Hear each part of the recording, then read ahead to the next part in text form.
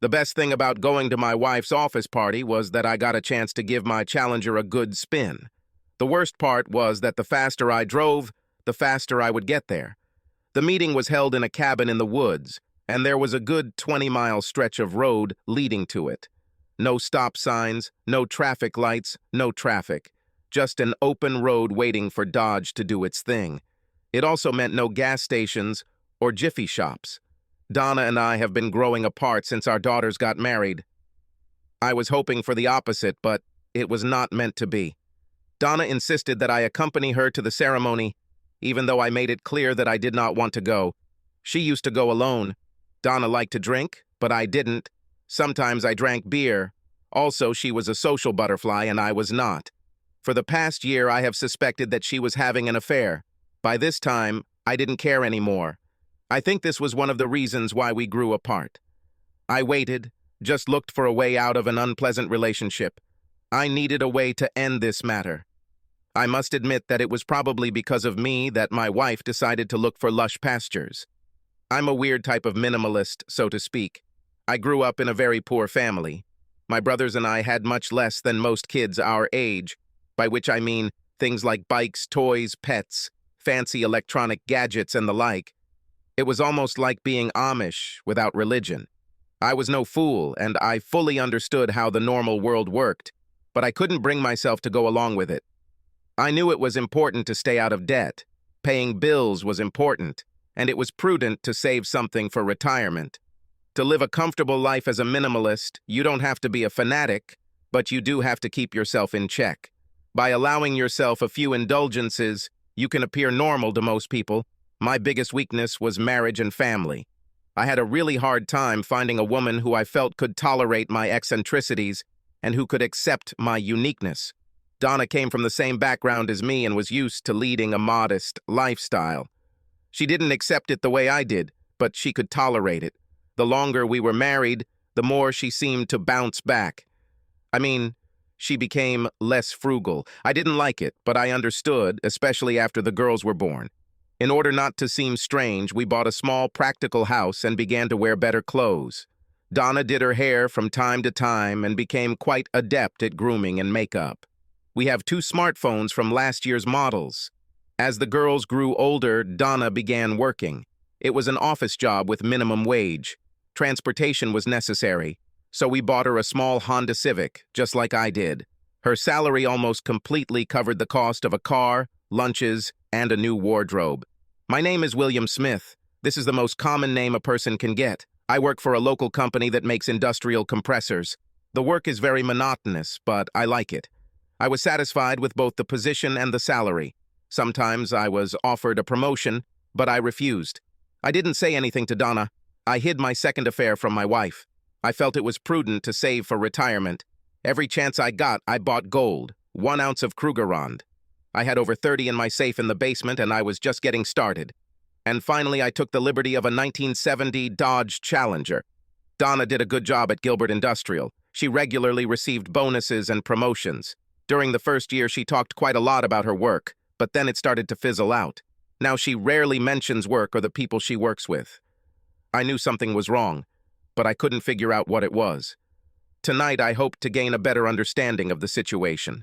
The party was something of a party. It was a weekend event. I felt out of place for even going there. I've dated all of her companions at one time or another, and I didn't like any of them.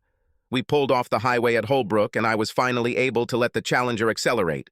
Donna was uncomfortable with the speed, but she held her tongue. Yes, I was speeding, but I didn't care. Bill, why such a rush? We have enough time to get there. Why don't you slow down a little? I'm not eager to get there. You know very well that I didn't want to go at all. I'm just using this time to clean the engine. The car needs to run from time to time. Please try not to ruin my mood. This weekend is important for my career. Why? What are you talking about? Why is it so important for me to attend this corporate event? I don't understand. Bill, you need to fully understand my new position in the company so that you can give me the attention and support I need to do my job. I still don't understand. I'm sure Mrs. Simpson will be able to explain everything to you when we arrive. Marge Simpson was the wife of company president Glenn Robertson. Simpson, it was old money and old business. I have always supported you in the past. What changed? My new position has many unique responsibilities. Marge said you should get to know them gradually to fully understand them. It may be difficult to understand at first, but she assured me that you will come to understand. By the time we got to the cabin, my adrenaline was pumping. It didn't take a genius to figure out what Donna was trying to say. The weekend promises to be interesting. When we arrived, Donna walked into the cabin, leaving me to carry the bags.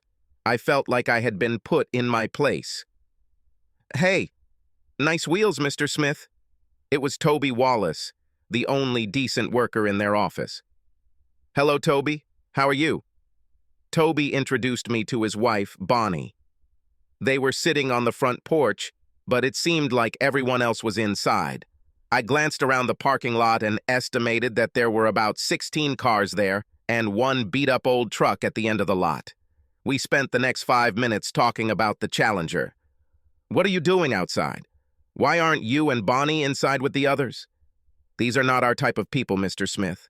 We were hoping to leave early, but Mrs. Simpson insists we stay. We came early today to help arrange everything. All the suppliers left about an hour ago." "You'll have to explain yourself. What's happening?" "Something suspicious, but I don't know exactly what. I don't want to upset you, but I think it has something to do with your wife." "Will you stay the whole weekend?" "No. That's why I parked my truck on the side of the road, so I wouldn't have to worry when we got ready to leave." It became more and more interesting every minute. "Okay, I'd better take all this to our room. Let me know before you leave, okay?" "Certainly, Mr. Smith. Be careful. Don't do anything stupid." Luckily, it was only 2 small bags. As I entered the house, Mrs. Simpson caught my eye, smiled, and waved. Donna was waiting for me at the top of the stairs and looked a little annoyed that it had taken me so long to enter. "It's time, Bill. We have a few hours to get ready for the evening. Clean yourself up and wear something presentable. It's going to be a special night, and I want everything to be perfect. If you don't mind, I'll take a little walk around the house to calm down. I'll be back soon." I found myself grinning as I walked out of the room. There was a slight chill that made my walk a little more pleasant. According to my calculations, there were actually 16 cars. These were mainly Mercedes, a few Jaguars, and a Lexus.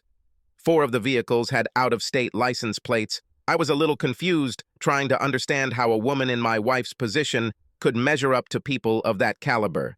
She, or rather we, were definitely beyond the level of these people. Something was wrong. I noticed Toby and Bonnie loading their bags into the truck. I waved and came over to chat. "I see Mrs. Simpson has decided to let you go." "Not really. We're kind of slipping away." "I don't feel comfortable here, Mr. Smith." Toby thought maybe we should stay, but I talked him out of it. Bonnie hastened to add, "Could you do me a little favor and stay here until the evening reception is over?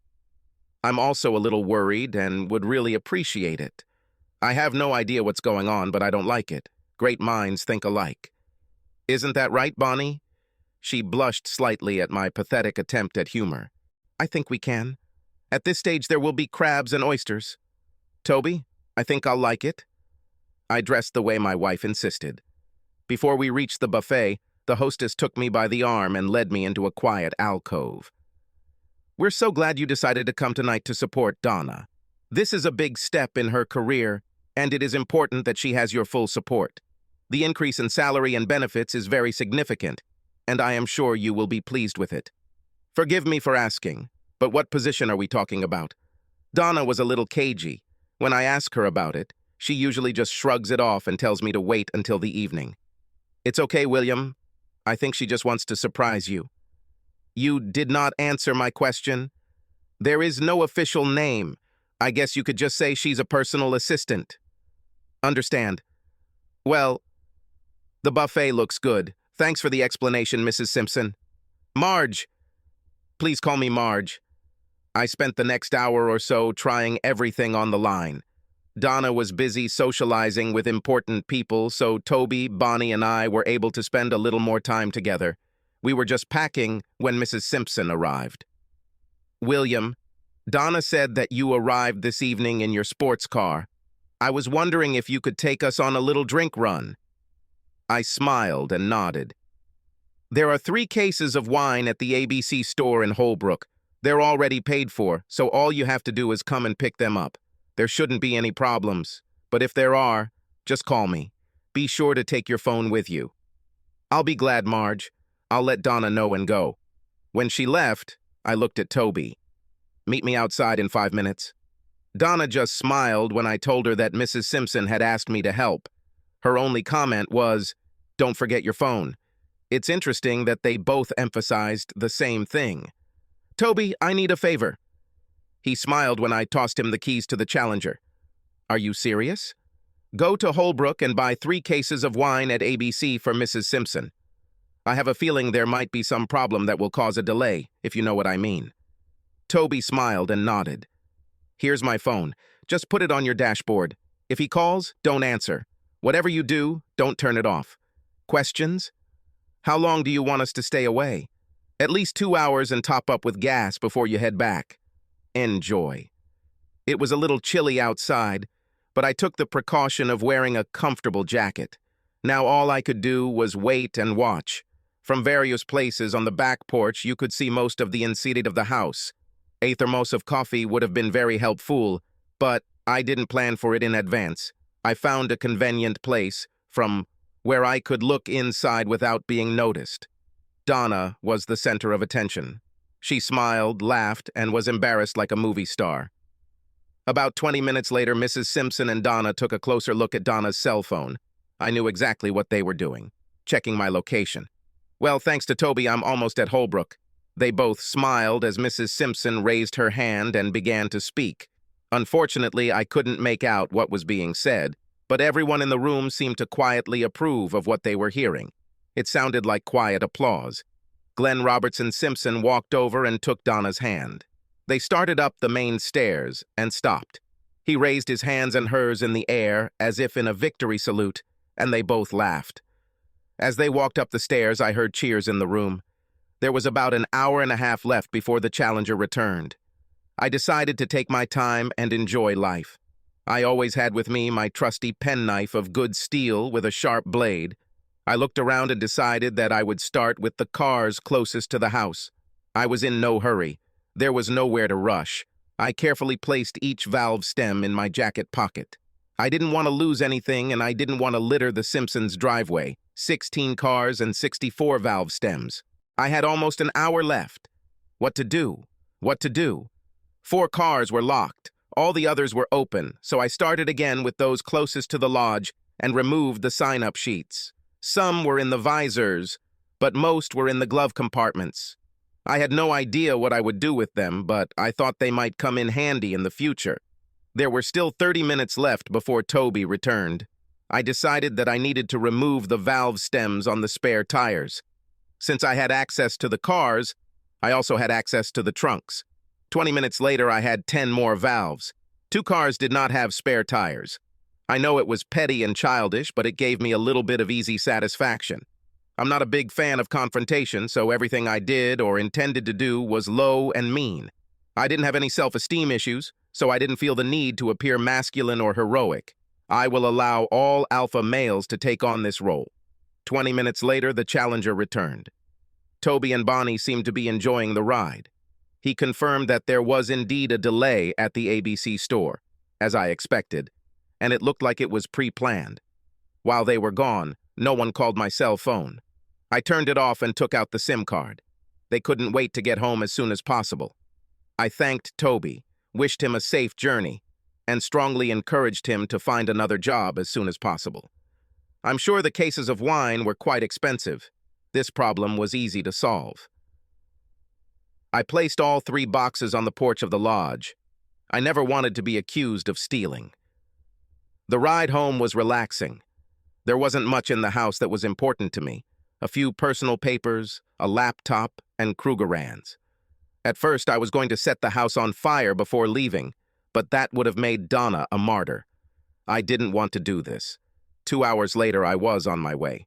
I didn't feel the need to leave a traditional note or engagement ring. Let her figure it out herself. I was in no hurry and had no goal in mind. I drove for 2 days. On Monday morning, I called work and warned. I asked that my last check be sent to my parents in Carlisle. They were unhappy that I left without warning. I apologized, but did not explain anything. You can always count on a good breakfast at Waffle House. On the way, I bought the local merchandiser's newspaper and found an interesting advertisement for help needed for a local supermarket. They were looking for someone to stock the shelves between 10 in the evening and 6 in the morning. After breakfast, I checked out the market. It was in an eclectic, old neighborhood of Chattanooga. I spent the next hour driving around the area. There were many old craftsman cottages and a few mobile homes in the immediate area. I could have been happy in a small trailer, but I was hoping for a step up. Then I accidentally came across a sign offering to rent a garage apartment. I hadn't asked about a job yet, but I didn't want to lose my garage apartment. The garage was not included in the price, but when I offered $50 a month more, they agreed. It was a small apartment with 1 bedroom and no shower.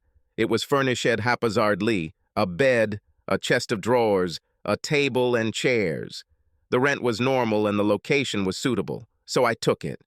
I'll solve the bathroom problem later. At least I had a garage for the Challenger. The situation in the supermarket was somewhat different. They had a lot of applicants, but not so many that they felt comfortable leaving them alone in the store overnight. I explained my situation to the owner and did not mince words. What finally sealed the job for me was that I offered to work menial jobs without any benefits, and for $1 less than they wanted to pay. They didn't even ask for my social security number. I was happy and they were happy. It was a 10-minute walk from the apartment.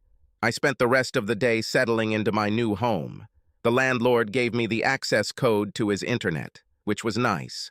After a short trip to the local Goodwill, I had some kitchen supplies and a small microwave. I also have linens and cleaning supplies. That evening, I canceled my insurance policies. I decided not to bother with bank or credit cards. Who knows how they can do harm? Both of our daughters were married. This made my departure a little easier. There are no grandchildren yet, but I'm sure it won't take too long. I called my daughter Lara and told her that I was okay. I asked her to be ready to help her mother if necessary. Lara knew I had left, but Donna didn't give her any other information. She promised to tell her sister Linda the news. I deleted all calls from my wife and turned off the phone again. I needed to take a shower, maybe tomorrow. Not everything was perfect. I needed to find a safe place for my gold. I know that what I had was not considered significant, but it was important to me. For some strange reason, I got a safe in Huntsville, Alabama. I hoped they wouldn't associate him with me in Chattanooga. Of course, I was completely wrong, but I wanted to at least try. The drive was almost 2 hours, but that's what I decided. The apartment's garage door was pretty secure, but I installed a new deadbolt and heavy-duty lock just to be sure. I need to be protected. It didn't take me long to settle into my new job. The first 3 nights a man worked with me, and then they left me alone. After the first 2 weeks, I had everything under control. For $20 a month, I got a membership to the Planet Fitness Club, which solved my shower problem. I started work at 10 in the evening and finished at 6. Next was a 20-minute run or 30-minute walk to the Planet. Initially, I only used the shower, but gradually I started using some exercise equipment. By the end of the first month, I was working out at the gym for almost 2 hours every day. I felt better and lost some weight. I never considered myself heavy, but I was a little flabby. I was happy with my new job.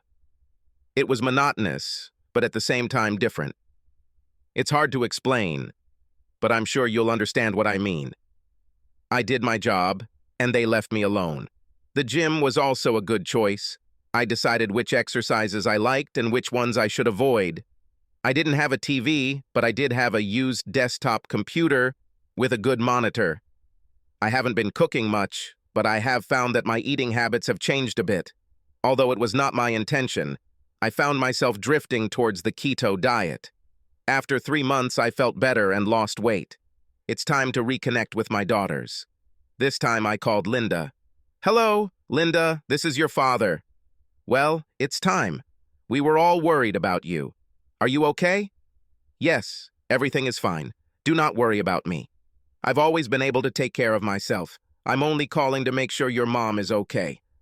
Mom is doing great. It looks like she got a promotion at work and loves her job. She is, however, very angry with you. She said you left her at a promotion celebration and then left home like a resentful little boy. These are the words she used. She said that you are jealous of her success. I'm very sorry, but I can't add anything to this. Until she's ready to tell you the truth. That's all I have. She said that without your income, things are difficult, but with her increase, she can cope. Well, I'm happy for her. Did she tell you anything about her new job? Only that she earns more money and travels a lot. I didn't answer. After a short pause, Linda asked, "Are you coming home for Christmas?" "Don't think. I'll try to send something for you and Lara." "We don't need anything, Dad. We'd rather you were here." "Sorry, and now I have to go. Say hi to Lara for me. Bye." I felt a little depressed. I had the feeling that my daughters did not understand the situation and considered me the cause of all the problems. I wasn't happy about it, but I didn't feel obligated to explain myself. It was obvious that there was no remorse on my wife's part. I felt a little sad. From what my daughter said, Donna was doing just fine without me. I didn't understand why she wanted me to be home. I spent the weekend depressed. My beer consumption increased. As the weeks passed, I found that things were going well. I did a good job and got a promotion I didn't expect. They gave me complete freedom to carry out my duties, and in a very short time, I had streamlined and improved the replenishment system. The store's general computer system already did this, but they seemed to appreciate manual input. My living conditions were ideal for my situation and well within my budget. My weight dropped, and I started building muscle. With the right lighting, I began to look at the six-pack with skepticism. I stopped shaving and now had a full head of hair, long enough to make a small ponytail. My whole image seemed to change, and I seemed a little scared. My gym workouts were getting easier and a little longer. An unexpected side effect was that I also made some friends at the gym.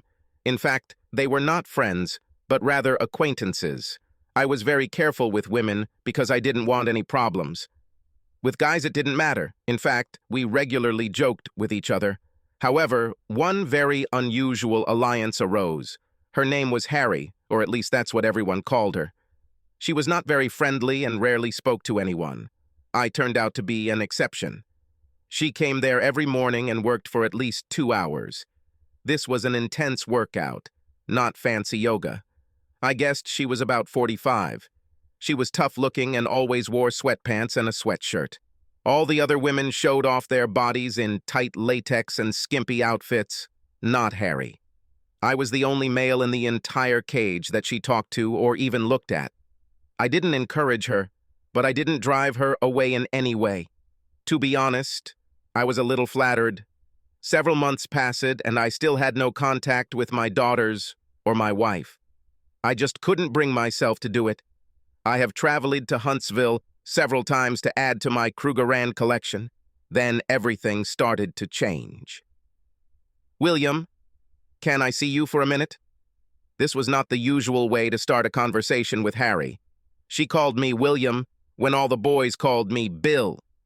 Come to think of it, she'd never called me by my name before. "Certainly, no problem. Can I help with anything?" As a matter of fact, it is so. We sat down on the bench and made ourselves comfortable. "I have a corporate meeting to attend on Friday evening and I need an escort. I'll cover all the expenses and all I need is for you to come with me.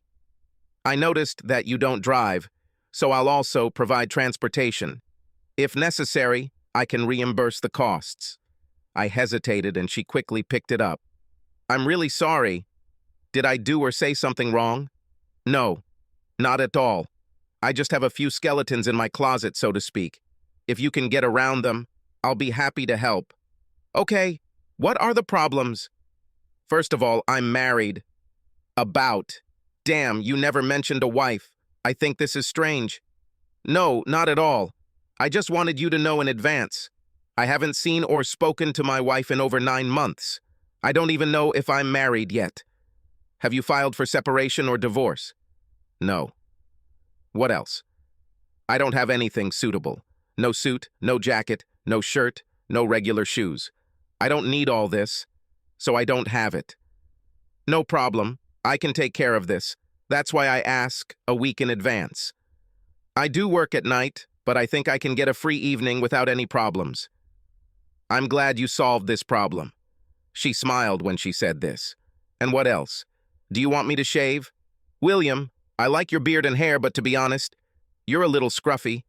Would you mind if my stylist examined you on Friday afternoon? Stylist. She smiled, and I groaned and nodded that everything was okay. Thus began my relationship with Harry, known professionally as Harriet Parker, barrister. On Tuesday, I found myself in Josa Banks, not a top-notch establishment, but a step above anything I've ever been to. Harry arranged my visit in advance. I ended up with 2 pairs of pants and 2 sports jackets, a couple of shirts, and a few ties. I tensed up a bit by adding 2 turtleneck shirts to the pile. I've always liked them and thought they would look good with sport coats. Harry has already paid for everything. On the way home, I grabbed a new pair of decent shoes and some underwear. I needed new underwear due to my recent weight loss. The shoes were moccasin style, but still cool. My appointment with the stylist on Friday went well. The guy who took care of me was easy to get along with and did a good job. He left me with a short, neatly trimmed goatee and turned my ponytail into something like a short, modified mullet. I don't know the actual term, but it was long in the back. He assured me that it would be much easier to maintain. I like it. He didn't talk much about Harry, but he said I was lucky. Harry showed up at the apartment exactly at 6. She didn't get out of the car, but she squeaked briefly. The Lexus looked out of place in my neighborhood. I put on a gray jacket and a gray turtleneck. I thought I looked pretty good, but I have no reference point. I was grateful to her for driving because I didn't know the roads in the city. Harry, before we go in, could you explain exactly what I should do or not do tonight? The first hour or so will probably be socializing. You don't need to bother. Most people here will be big sensual snobs who you won't want anything to do with. Avoid them if you can. Most importantly, I want you to stay close to me and keep the snobs away. Try not to be an eyesore, but don't let anyone push you. Make sure I always have a drink in my hand, ginger ale or mineral water. Be friendly and pleasant and don't lose your cool. Let them think that we are a couple. I never considered myself that kind of guy. I don't have much experience in such matters. Can you handle it? Still would. Will there be food there? In about an hour, we'll each get a plate of $500 rubber chicken and hear some speeches. When this is over, they will give you something else. By the way, you look good. It was at that moment that I realized that I had not complimented her on her dress or her hair. I was truly out of my element. The first part of the evening went exactly as she explained. I found that my role was easier than I expected. The room was full of single men, all wearing expensive suits and large watches. Harry looked really good, and most of them knew she was single. Quite a few of them took the time to stop by and chat with her for a bit. They were testing the waters, so to speak. I found myself giving them sidelong glances, like Charles Bronson. Surprisingly, it worked. Every time I left her side to refresh her drink, another vulture swooped down.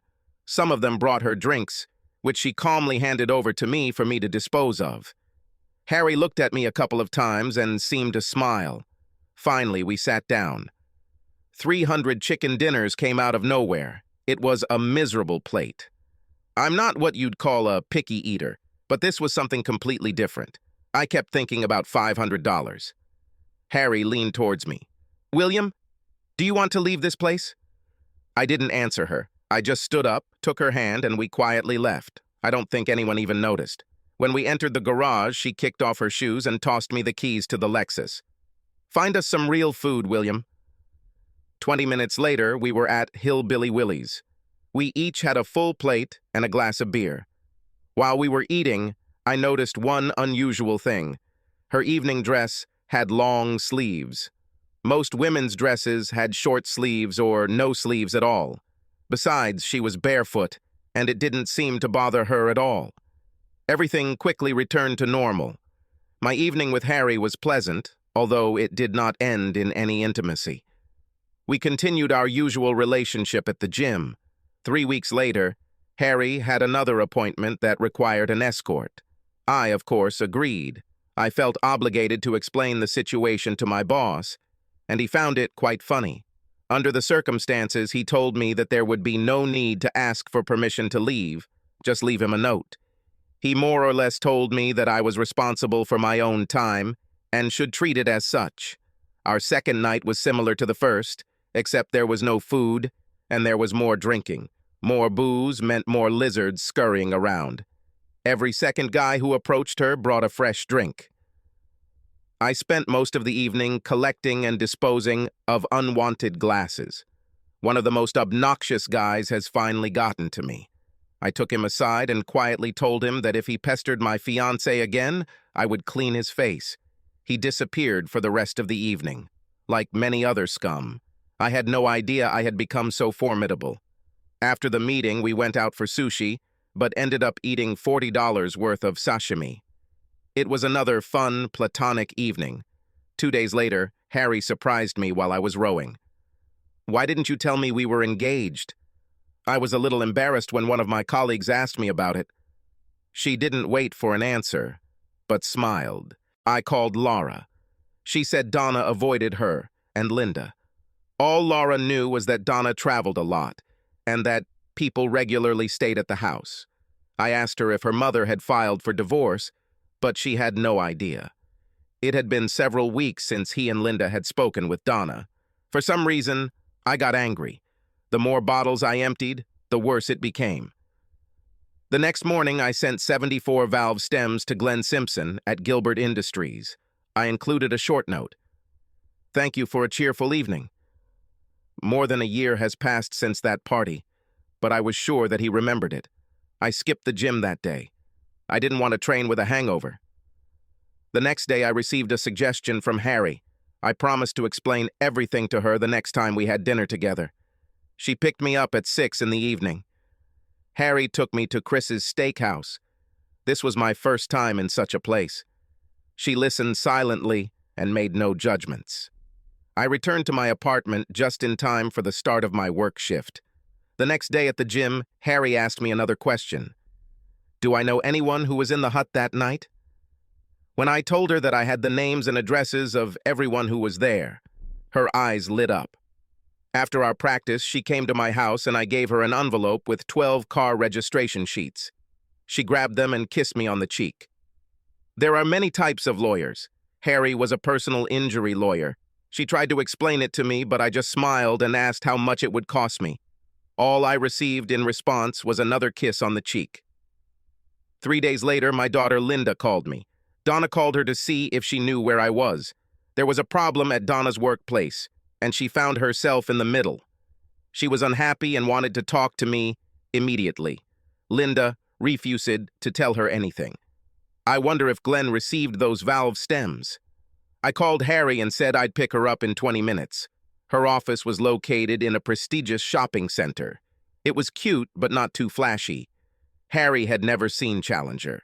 The sound of the engine brought several curious onlookers from her office as she walked out to the car. I walked around the car to open the door for her and smiled at all the onlookers. Harry laughed as she got into the car. "William played well." "Well played. I assume you'll want an engagement ring now?" "In my time. Do not rush." I kept the Challenger under control until we crossed the Tennessee River. Then I started to speed up a little. Highway 72 to Huntsville is a nice stretch of road, but not a great place to show off. 2 hours later, we were already sitting in dreamland. "William, all the people who were in the hut that evening were served today." "What do you mean, served?" "This is a lawsuit. The actual term is malicious behavior that contributes to the deterioration of a marriage. Does such a thing really exist? It appears that all required categories have been met. Their behavior was deliberate, it was extreme, and it caused you severe emotional distress. That must be why my wife was upset." "What do you mean your wife was upset?" My daughter Linda called me today and said Donna needed to talk to me. There was a big problem at work and she was somehow involved in it. I don't know anything else. Glenn Simpson and Gilbert Industries are being sued for $1 million. The remaining 11 are facing claims of $100,000 each. I'm not trying to be a smartass or anything, but do you really think this will work? Well, of course, it may not be as simple as it seems, but I think some interesting things could happen. I was a little nervous as we left the restaurant, so I casually asked Harry if she wanted to get a room and come back in the morning. I would like to, but I can't. If you want, we can leave early. That's not the point. Let's just leave. I'll explain everything to you on the way home. The car was quiet for the first 20 minutes, and then it began to open. I think 8 years ago, Harry weighed almost 300 pounds. She decided to diet and exercise rather than have bypass surgery. She lost 140 pounds. Unfortunately, she suffered from 20 pounds of loose skin. It took 5 surgeries to remove the excess flesh, and she now has scars all over her body. Harry is a brave, outspoken woman, but she admitted that she is very self-conscious about her scars. She avoided dates and any contact with male friends. For some reason, she felt comfortable with me, but she didn't know why. I dropped her off at the house, walked her to the door, and lightly kissed her on the cheek. She thanked me for the food, and there was a small tear in her eye as I left. We continued our platonic dates. We both seemed happy with it. Nick Jack's Markets seemed to be popular with locals. In less than 2 years, they added 2 more stores and showed no signs of stopping. The owners were serious when they offered me a full-time position as inventory manager for all 3 units. However, they insisted that I become a permanent employee, which meant that I had to become fully legal. At this point, it didn't matter anymore, so I agreed. Harry was happy, and so was I. Several more weeks passed. I didn't hear anything from my daughters for quite some time, and then I received a short message. Mom was fired.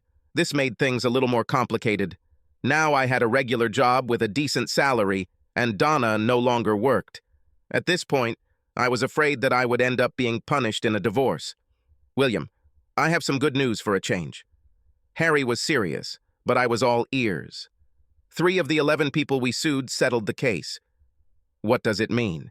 Since we only filed a claim for $100,000, the insurance companies advised them to just pay and avoid a public trial. It was covered by their insurance, so it wasn't a big loss for them. You mean we can get some money? William, I've already received 3 checks. Perhaps there will be even more of them.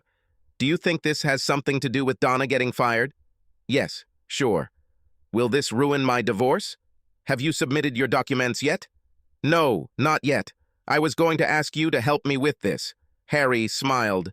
William, pack a small bag and get the Challenger ready. We're going to go visit your wife. We will leave early on Thursday morning. Now I was smiling. We left at 6 in the morning and checked into the Sheraton Hotel 10 hours later. I called Linda and asked her to invite Donna and Lara to lunch at the Reading Motor Inn the next day. The dinner conversation was somewhat awkward. Our conversation was varied and confusing. Why? We were both careful to avoid the elephant in the room. We spent our first night together.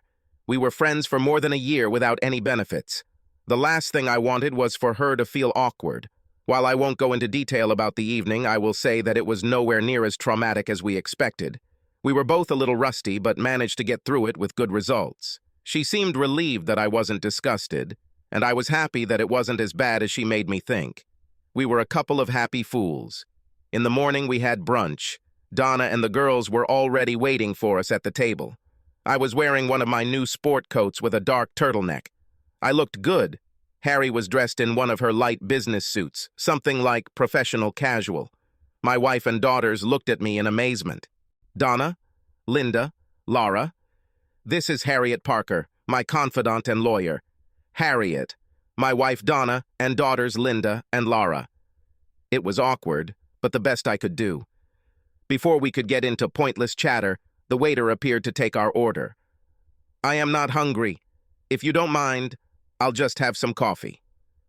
Donna was the first to break the silence. I quickly looked around the table and came to the same conclusion. Why don't you just bring us 5 cups of coffee and leave the pot on the table? The waiter nodded, and everyone seemed to breathe a sigh of relief. "Good to see you again, Bill. Could you tell us about what you've been up to over the past few years?" Donna smirked slightly when she said this. "I'm just working and giving you the freedom to find yourself or whatever you do." Harry kicked me lightly under the table. "I needed you, and you abandoned me. Perhaps you needed someone, but not me. Mother, Dad, give it up. I'm sure you didn't arrange this meeting just to sit around and tease each other. Dad, why are we here?" Linda was very persistent. I saw that it would be a very short meeting. I was at a loss. I glanced at Harry, searching for some clue on how to move forward. She ignored me, but took over the conversation. Harry reached into her purse and pulled out an envelope. She handed it across the table to Donna. "Mrs. Smith, this is a divorce petition. I think you will find this very fair. I suggest that you take it to your lawyer and have him look at it." Laura and Linda looked amazed. It was clear that they did not expect this. Donna, however, was smiling widely. She didn't take the envelope from Harry, but reached into it and pulled out a similar one from her purse. "You're a stupid idiot. I divorced your weak ass 8 months ago for desertion. You never received a copy because I didn't know where to send it. This is final. In any case, you have nothing that I would pretend to have." Her smile turned into a wide grin. The waiter returned with our coffee and a full vase for the table, just as Donna stood up. She smiled at Harry and me and looked at the girls strangely before walking away. She left both envelopes on the table. "Dad, can we stay for lunch? I heard they have very good quiche here," asked Laura. Harry and I laughed and asked the waiter to bring us the menu. Harry, Laura, and Linda had a great lunch and conversation. I felt like I was eating alone. I've never understood women too well. The girls exchanged phone numbers and promised to keep in touch. Returning to the room, I began to pack my things. "William, I thought we would stay one more night."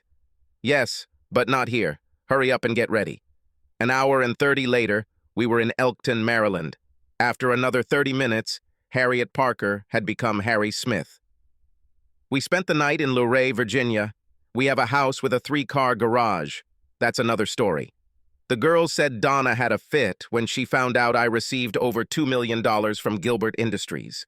Donna moved to Iowa. I do not know why. Subscribe to our channel so that your second chaff doesn't cheat on you, and go ahead and listen to the next story, because this story is nothing compared to the next one. If you're under 18, don't even think about listening to the next one.